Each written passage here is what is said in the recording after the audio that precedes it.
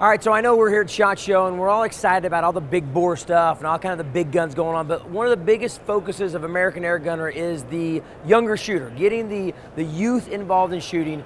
And right here, this is the John Wayne Signature Series from Air Venturi, and they have a new cool little gun that is perfect for the very, very first time shooter in your life. This is the Lil Duke. This is your classic, very first one-shot BB gun.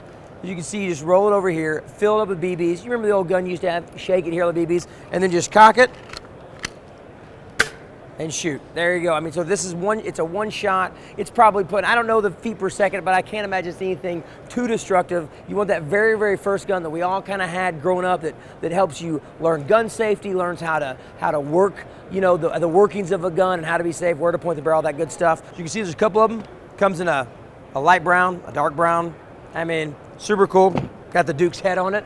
How cool is that? Why wouldn't you want the Duke on your gun, you know what I mean? So, there you go. Little Duke from Air Venturi.